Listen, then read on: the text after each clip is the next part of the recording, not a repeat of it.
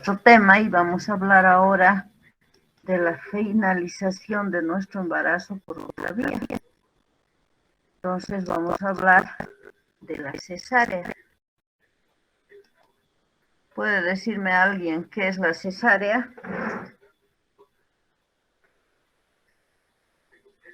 Es una intervención quirúrgica, doctora, donde se va a intervenir por vía abdominal para la expulsión, bueno, para sacar lo que es el producto de la concepción. Para sacar, ¿no? No para, no va a expulsar a través. ¿Está bien?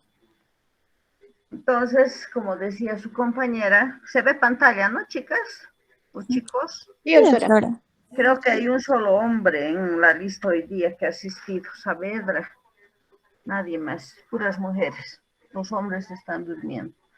Entonces, la cesárea es la intervención quirúrgica que tiene por objeto extraer al feto a través de una laparotomía. Entonces, nosotros primero vamos a abrir el abdomen, la cavidad abdominal, y posteriormente vamos a abrir el útero. Una vez que hemos ingresado al útero, vamos a poder extraer al recién nacido después de que el embarazo ha llegado a término, es decir, después de las 37 semanas de gestación. ¿Y cuándo vamos a realizar la cesárea? Cuando el parto vaginal es imposible, no puede nacer nuestro niño, hemos estudiado a la madre y vemos que no puede nacer el niño por vía vaginal, o cuando existe algún riesgo tanto de vida de la madre como del feto. La Organización Mundial de la Salud establece que el parto y cesárea tienen que tener aproximadamente una relación del 10 al 15%, o sea, de 100 pacientes tendrían que terminar su embarazo por vía cesárea o vía alta, como se conoce, solamente 10 o 15. Pero esto ha ido subiendo y en estudios realizados en 1917 se ha visto que la tasa de cesáreas ha subido, se ha incrementado bastante a nivel mundial y está ahora por encima del 50%. Nosotros hicimos un estudio en el Hospital Jaime Mendoza en 1918 y la tasa de cesárea superaba al parto a un 80%. Es decir, que de 100 pacientes, 80 se hacían realizar la cesárea y 20 tenían su parto por vía vaginal. ¿Y por qué ha habido esta alza, esta tendencia a la elevación de cesárea? Por miedo al parto, no el miedo en sí a tener el niño por vía vaginal, sino al dolor. Y porque también han disminuido los riesgos de las cesáreas. Entonces las mujeres ven que es más fácil nacer a su niño por esta vía alta. ¿Cómo clasificamos la cesárea? La cesárea vamos a clasificar de acuerdo a los antecedentes obstétricos. Llamamos primera cesárea cuando la paciente va a ser sometida a esta intervención por primera vez. Previa, cesárea previa, cuando ya ha tenido el antecedente de una cesárea anterior. Iterativa, cuando la paciente ya ha tenido 2 o más cesáreas. Llamamos iterativa. Entonces, si mi paciente va a tener cesárea por tercera vez, no ponemos tercera cesárea, sino anotamos en el diagnóstico directamente cesárea iterativa. De acuerdo a las indicaciones, urgente o electiva. La urgente, como saben, la vamos a practicar para prevenir una complicación tanto en la madre o en el feto cuando se encuentra en pleno trabajo de parto. Ejemplo, un sufrimiento fetal, una eclampsia, ¿no? Entonces, en ese momento interrumpimos el embarazo y hacemos una cesárea de emergencia. y electiva, nosotros estamos eligiendo la terminación de ese embarazo por esta vía alta. Entonces indicaremos la fecha, la hora antes de que nuestra paciente inicie el trabajo de parto, siempre con la condición de que ya esté nuestro embarazo a término. Un embarazo a término hemos indicado que dura 40 semanas, que son los 9 meses, y podemos realizar la cesárea 15 días antes. De acuerdo a la incisión uterina, también nosotros clasificamos la cesárea en cesárea corporal clásica. Ustedes ven, la incisión está en pleno cuerpo del útero. La cesárea segmento corporal, que toma parte del cuerpo y parte del segmento inferior del útero. Y la que normalmente se realiza es la segmentaria transversal o de tipo Kerr. ¿Cuándo vamos a realizar las cesáreas? De acuerdo al tipo de incisión. Generalmente la corporal es una incisión que no se realiza, ya no se realiza, solamente nos sirve de conocimiento cuando el feto ha muerto o nuestra madre tiene tumores cerca del segmento inferior. Posteriormente, esas cesáreas tienen mayor incidencia a posteriormente hacer dehiscencia de las suturas o romperse el útero. Entonces, por eso que la tipo Kerr es la que actualmente se realiza. Absoluta.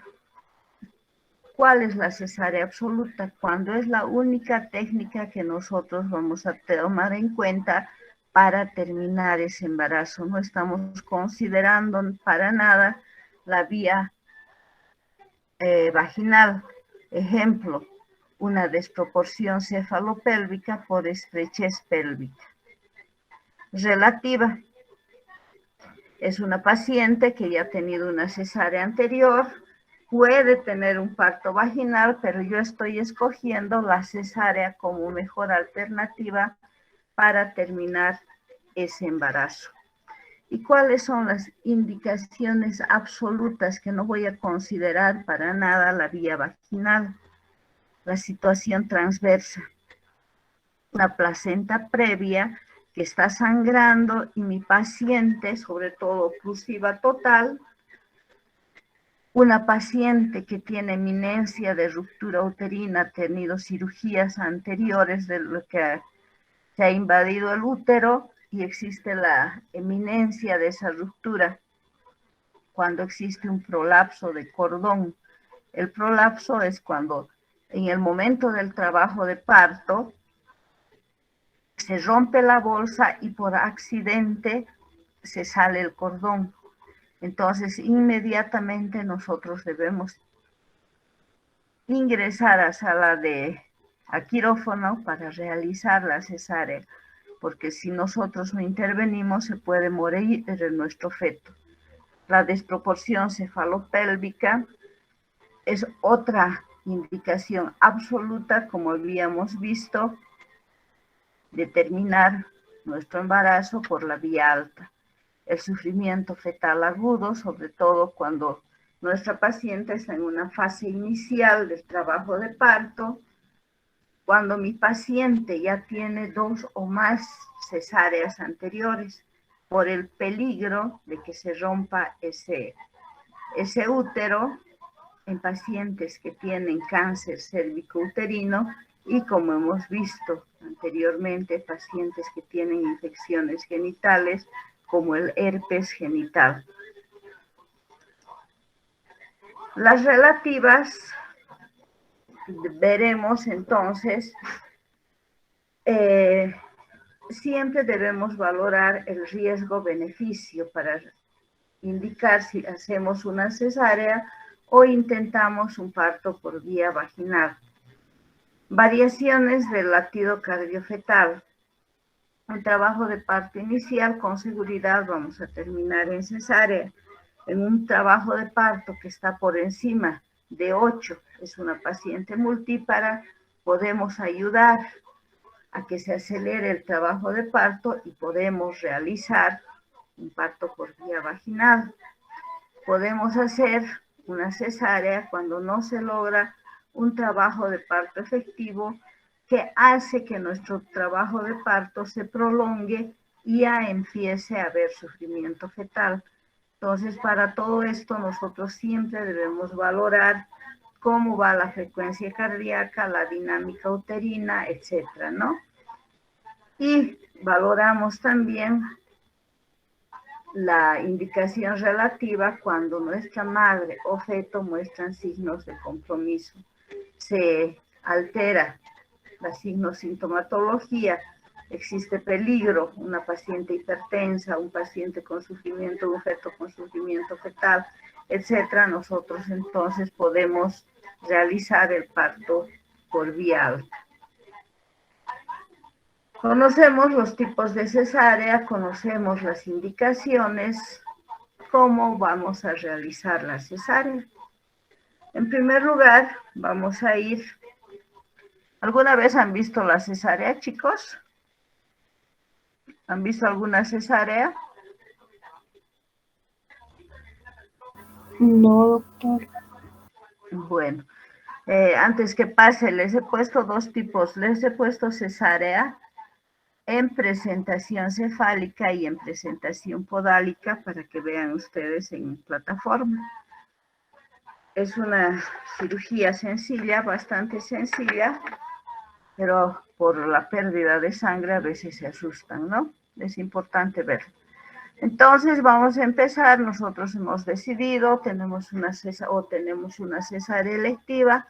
Entonces nuestra paciente previamente preparada va a ingresar a quirófano, donde lo primero que vamos a realizar es la incisión de la piel.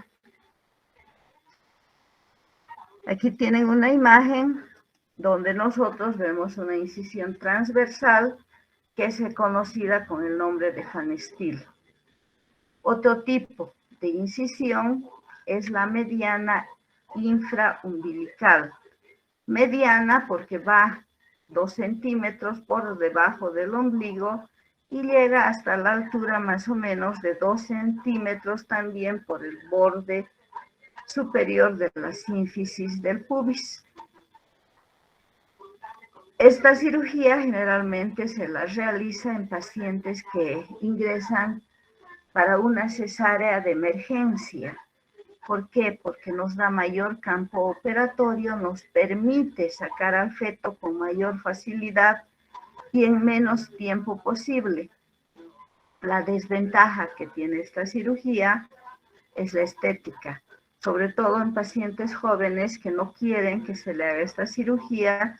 ¿Por qué? Porque se ponen los pantalones, ahora los pantalones son cortos debajo de la cadera, porque van a las piscinas, entonces tienen una cicatriz que les impide, ¿no? Y otro inconveniente es que produce mayor frecuencia de ventraciones. La de Pfannstiel, como habíamos visto, la imagen anterior, la vamos a ver enseguida, es más estética, produce mayor sangrado y en esta incisión a veces se tarda un poquito más, 1 minuto, por decir, del tiempo quirúrgico entre la mediana y la de Pfannstiel, pero en caso de emergencia ese minuto es importante para nuestro feto. Como les mencionaba, aquí tenemos una incisión mediana infraumbilical, que generalmente la vamos a realizar en caso de emergencia, cuando la paciente también ya tiene este tipo de incisión, porque si realizamos la de Pfannstiel, a esta mi paciente es segunda cesárea, le habían hecho la mediana, ahora le haré la de Pfannstiel. Vamos a dejar una especie de T invertida en el abdomen de la mujer, entonces debemos siempre conservar la primera cicatriz. Vamos a realizar, en un caso de emergencia, como hemos visto, el prolapso de cordón en que debemos sacar inmediatamente a nuestro feto, en el síndrome de HELLP, es decir, una complicación de la preeclampsia, cuando nuestra paciente está sangrando demasiado por una placenta previa, en pacientes que han sufrido un traumatismo abdominal y en pacientes obesos. La Defanestil se hace, aquí tenemos el borde superior de la sínfisis del pubis y se hace 2 dedos por encima del borde superior de la sínfisis del pubis. ¿Qué ventajas tiene? Se dice que en el puerperio estas pacientes sienten menos dolor que una incisión mediana infraumbilical, menor posibilidad, menor incidencia de que esta sutura tenga dehiscencia, es decir, que los hilos se rompan, menos eventraciones y es estética. Entonces, con un calzoncito, como utilizan las chicas actualmente, se tapa la herida operatoria. La desventaja, la única tal vez, es que siempre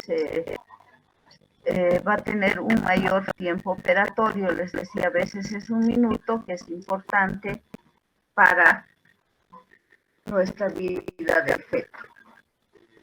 Aquí se está haciendo entonces la incisión del tipo Fanestil, la incisión transversal.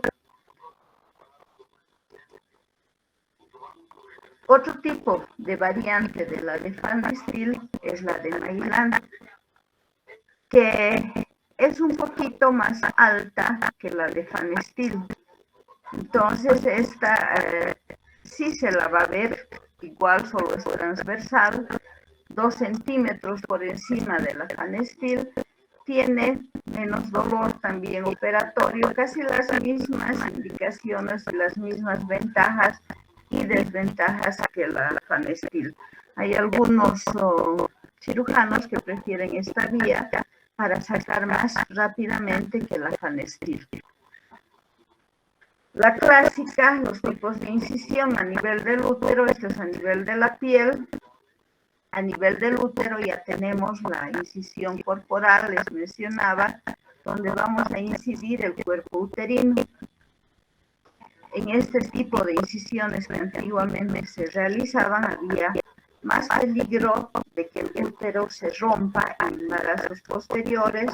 Se aconseja realizar en pacientes que han muerto, en pacientes en las embarazadas, y en pacientes que tienen varices en el segmento uterino, ya que en el segmento, si hubieran varices, nos puede sangrar demasiado, aunque se empieza la incisión y paran de golpe para el sangrado. También habíamos mencionado que en el cáncer de cuello uterino es importante realizar esta incisión corporal. Histerotomía, entonces, ¿qué será, chicos?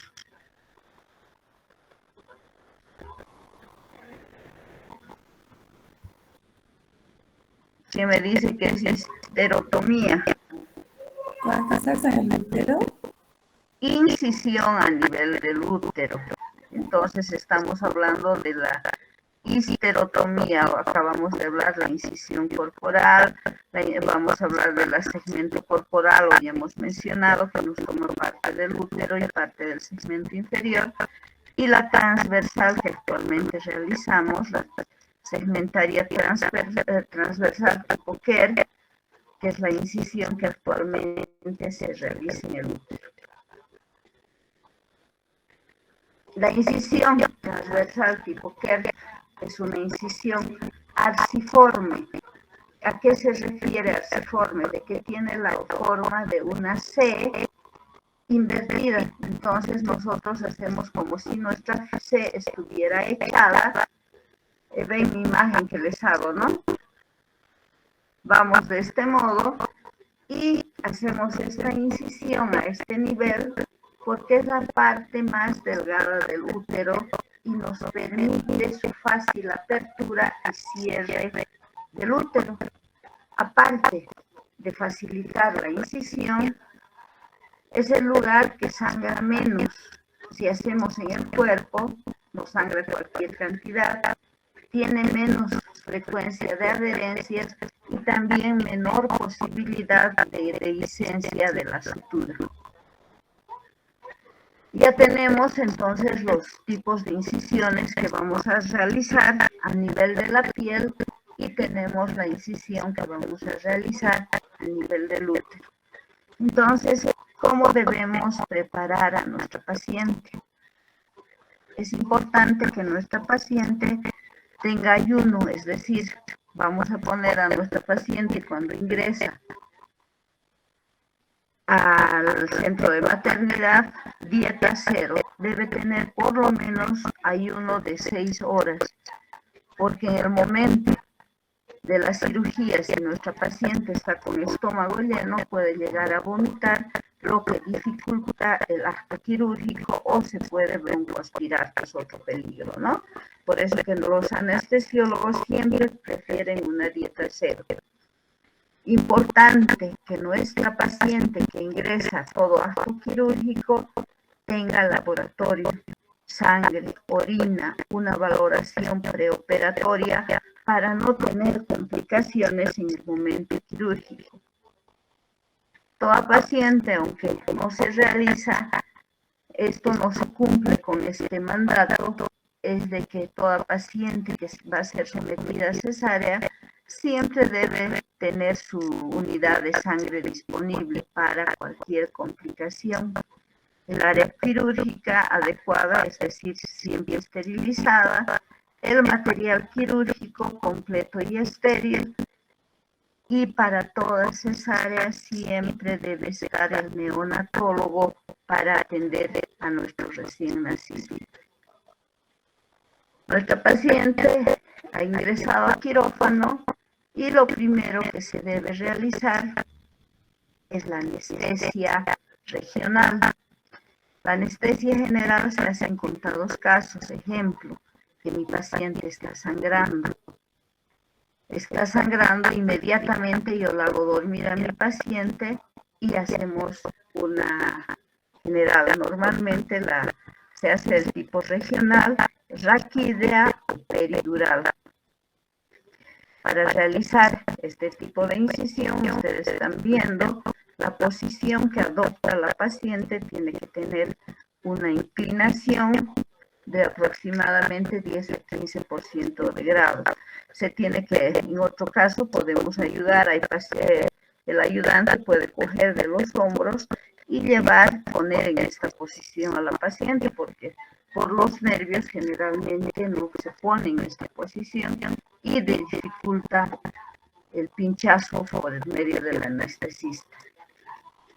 Se ha hecho la anestesia y nosotros debemos fichar a la paciente en decúbito dorsal y debemos realizar la antisepsia de todo el campo operatorio que vamos a realizar, abdomen, muslo, genitales y si es posible colocar la sonda vesical para evitar lesión en el acto quirúrgico de la vejiga. Esto es opcional de acuerdo a la cirujana. Hay cirujanos que no requieren el uso de sonda. Aquí tenemos ya nuestra paciente lista para ser intervenida. Ustedes ven cómo se ha hecho la asepsia de todo el campo. Esto es para evitar cualquier contaminación y posteriormente tengamos infecciones en el campo quirúrgico. Entonces siempre nuestra asepsia tiene que ser amplia, todo el abdomen hasta las rodillas y la parte genital.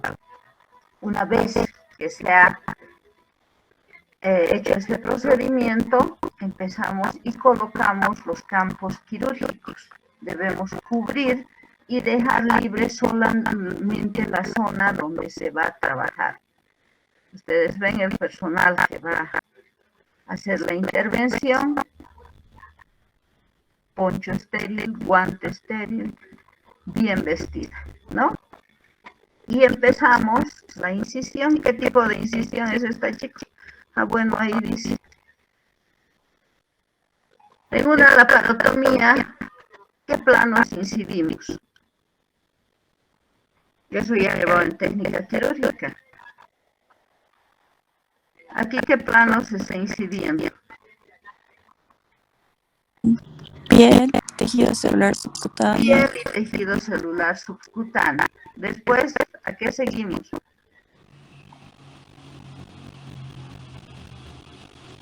Sería los músculos, doctora, de la pared abdominal. Antes del músculo, La aponeurosis.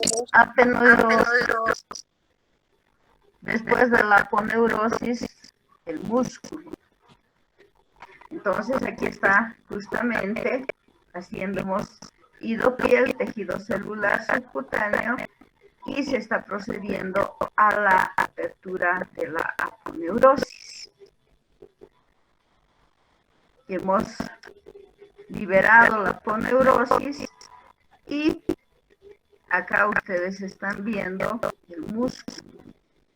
Entonces están viendo que la aponeurosis estamos debridando más o menos hasta la altura del ombligo para posteriormente incidir el músculo.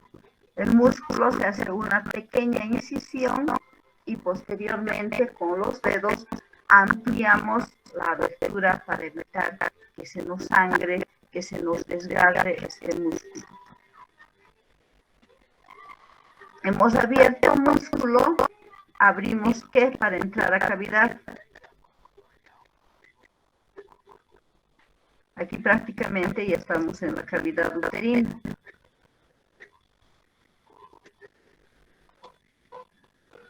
El peritoneo parietal. Abrimos el peritoneo parietal y ya ingresamos a la cavidad abdominal. Ya estamos dentro del abdomen y ya podemos ver los órganos que están en su interior. Una vez que hemos abierto la cavidad abdominal para tener un campo quirúrgico adecuado, nosotros ponemos compresas en los espacios parietocólicos, es decir, a cada lado de la incisión, para evitar que los intestinos salgan y nos molesten en el acto quirúrgico. Ya hemos llegado al útero y estamos realizando la incisión del peritoneo visceral, es decir, el peritoneo que recubre la capa serosa que recubre al útero. Hacemos una pequeña incisión transversal al nivel del segmento inferior, como hemos visto, la parte más delgada, y posteriormente vamos a incidir el miometrio. Aquí ustedes ya tienen abierta la cavidad uterina. ¿Y qué estamos viendo acá? La cabecita del feto, que si ustedes ven está recubierta por la bolsa amniótica. Entonces nosotros vamos a hacer una pequeña incisión donde nos va a permitir salir el líquido amniótico. Antes de sacar al feto, nosotros tenemos que aspirar todo ese líquido amniótico y recién proceder a la extracción de nuestro feto. Para realizar la extracción, ustedes ven, el cirujano está introduciendo la mano hasta coger la cabeza. Se coge la cabeza y el ayudante, un ayudante que no está interviniendo en el acto quirúrgico, puede ser el anestesiólogo, nos hace una compresión del fondo uterino. ¿Esto para qué? Para ayudar a que salga esta cabeza. Esa es la cara que ponen todas las mujeres cuando se les aprieta el fondo uterino. No duele, pero es la sensación, ¿no? Entonces, esta maniobra nos ayuda a que se expulse la cabecita. Una vez ya afuera, entonces cogemos con las dos manos la cabeza, sacamos el hombro anterior, hombro posterior y llevamos el feto hacia el abdomen de la madre para que salga todo el resto del cuerpo. Ahí tienen al fetito, que está en este momento. El neonatólogo puede actuar, aspirar las secreciones que tiene o cuando ya ha salido completamente. Aquí se está produciendo el nacimiento de los hombros y nuestro feto prácticamente ya está afuera. Una vez que ya ha salido nuestro feto, se aconseja administrar la oxitocina. Oxitocina entre 10 a 20 unidades, esto para que ayude a desprenderse.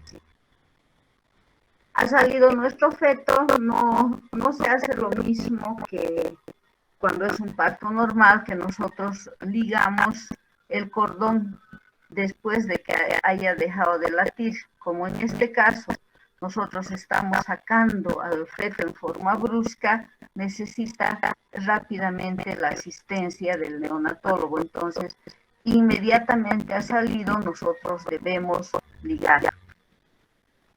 Se ha ido nuestro fetito, nuestro recién nacido con el neonatólogo y procedemos a la extracción manual de la placenta.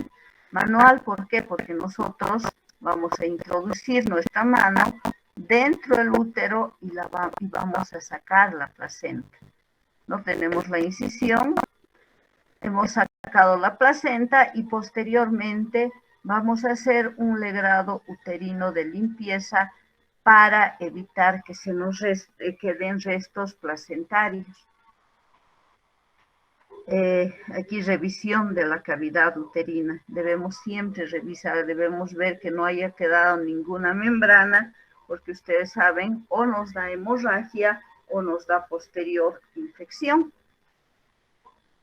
Aquí tienen al útero completamente ya vacío, en que nosotros vamos a tomar con 4 pinzas el útero para realizar la cirugía, la histerorrafia, suturar todo lo que hemos cortado.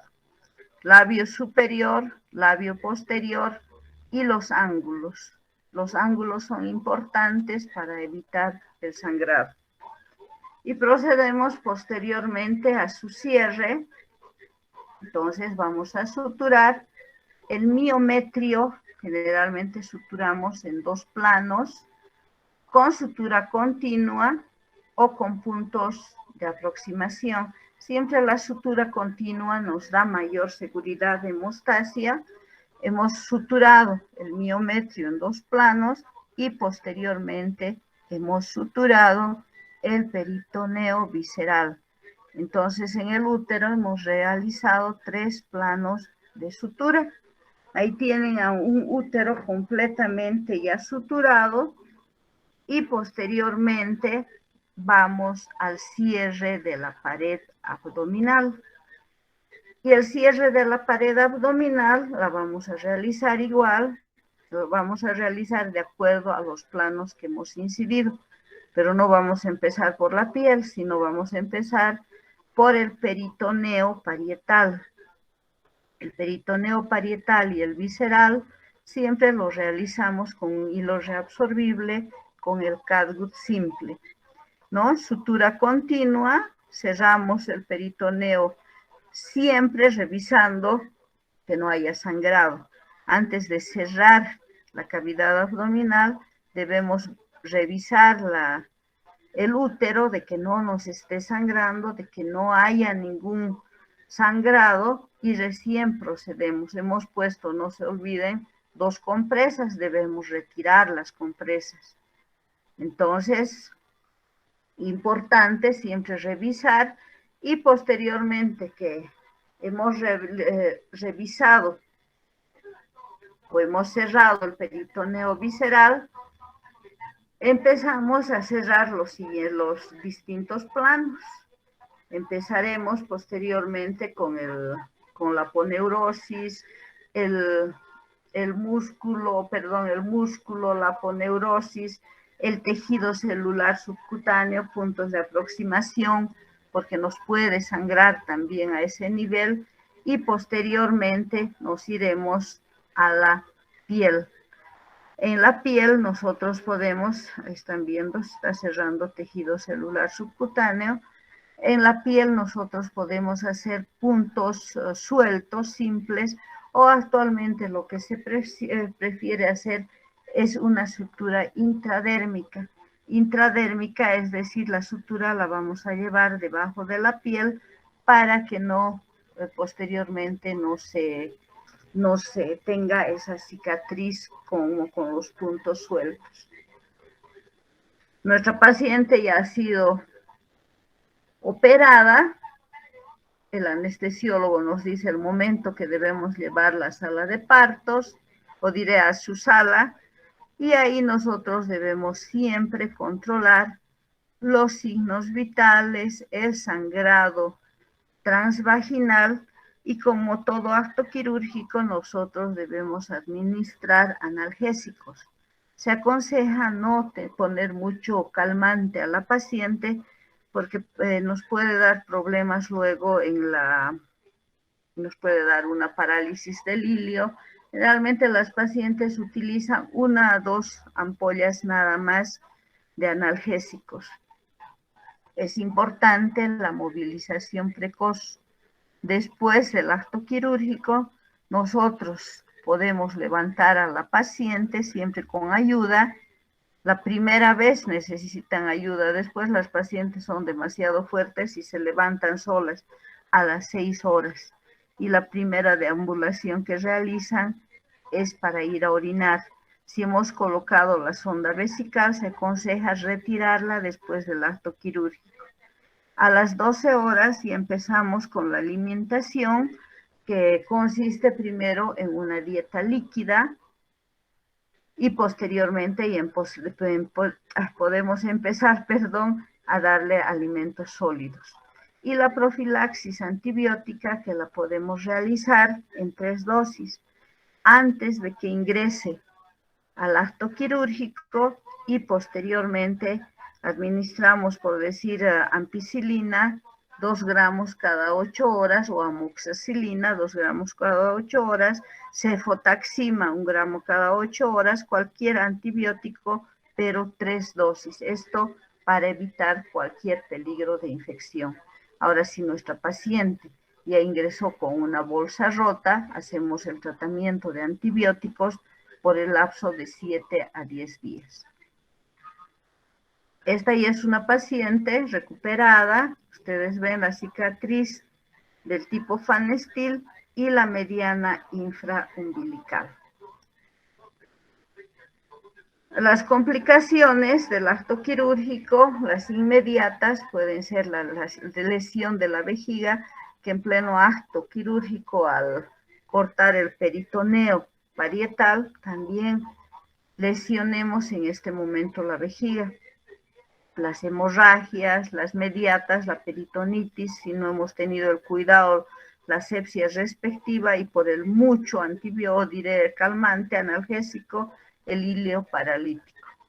Y las tardías generalmente se deben a las adherencias, a las bridas, o cuando no ha habido un buen afrontamiento de los músculos, la separación de estos, es decir, la diástasis de los rectos, las posibles eventraciones y los hematomas cuando no hemos revisado bien esa cavidad uterina, la pared uterina. ¿Qué posibilidades tiene nuestra paciente de tener un parto después de una cesárea? La posibilidad es 50%. No toda cesárea. Mi paciente ha tenido una cesárea, el siguiente parto va a ser cesárea. No, solamente en casos de que la indicación haya sido absoluta. Una estrechez pélvica nos indicará en el siguiente embarazo también cesárea. Pero, por ejemplo, una presentación podálica, que mi niño estaba sentado, y en su segundo embarazo, la presentación es cefálica, podemos intentar un parto por vía vaginal. Es importante para considerar intentar un parto por vía vaginal que el periodo intergenésico, es decir, el tiempo que transcurre entre embarazo y embarazo, sea mayor a 2 años. Si mi paciente se ha embarazado antes de los 2 años por el peligro de ruptura uterina, tengo que programar otra cesárea en su embarazo. Vamos a realizar cesárea también cuando la paciente ya tiene 2 cesáreas anteriores o ha tenido una cesárea corporal donde se ha incidido a nivel del cuerpo del fondo uterino. Entonces, eso es todo lo que respecta a cesárea, que como ustedes han visto, ya es una técnica bastante frecuente, que a veces ya gana hasta los partos. Si tienen alguna pregunta, les mencionaba que tienen 2 videos muy bonitos, que con lo que se les ha explicado ya van a entender. Vean, es bastante ilustrativo. Bueno, chicos, si no hay preguntas, el retiro de puntos, solamente se va a retirar los puntos que quedan a nivel de la piel, se retira después de los 8 días. Si se ha hecho la sutura intradérmica, igual se la retira, se jala del un extremo y el hilito sale entero, ¿no? Si es sutura puntos simples, sueltos, punto por punto.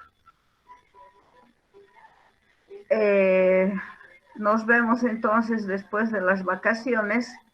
Les he mencionado que vamos a hacer un trabajito práctico para este tiempo. Listo, chicos, que tengan buenas vacaciones. Gracias, doctora, igualmente. Hasta luego, doctora. Chao, chicos. Chao.